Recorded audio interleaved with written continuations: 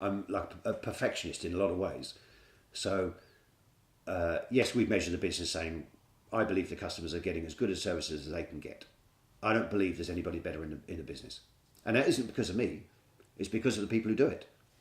And I think there's still a number of people out there who want to have day-to-day contact with, not day-to-day necessarily, but it can be monthly, 6 monthly contact from someone calling in to see them. And if they want to change the machine, they actually want to physically see someone who'll talk them through the process. You take the service engineers, they visit the customers once a year, without fail, to get a routine check, to make sure the machine's functioning correctly.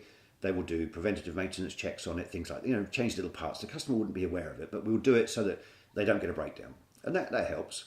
For want of spending £5 on a part whilst he's there is better than going away and getting a call back 4 months later and him having to travel there. So we do that. So you could have a 10-floor building and you might have 25 photocopies. You'll have one franking machine. So if that goes wrong, you need it done now.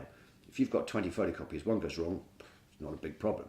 As far as the sales guys go, they have to go see the customers every 6 months. I dictate that because I want them to call in, make sure the machines are okay. They can spot opportunities for improvement for the customers.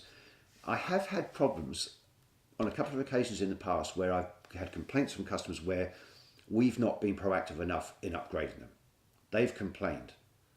Well, I've taken out on the chin that it's my fault because I don't get the guys proactively to try and upgrade the customers. I like to look after the customer, and if the customer can see an opportunity or a reason to upgrade, then they'll do it. An accountant could come in and take my business over tomorrow, cut costs, cut all sorts, but you'd lose the service with the customers.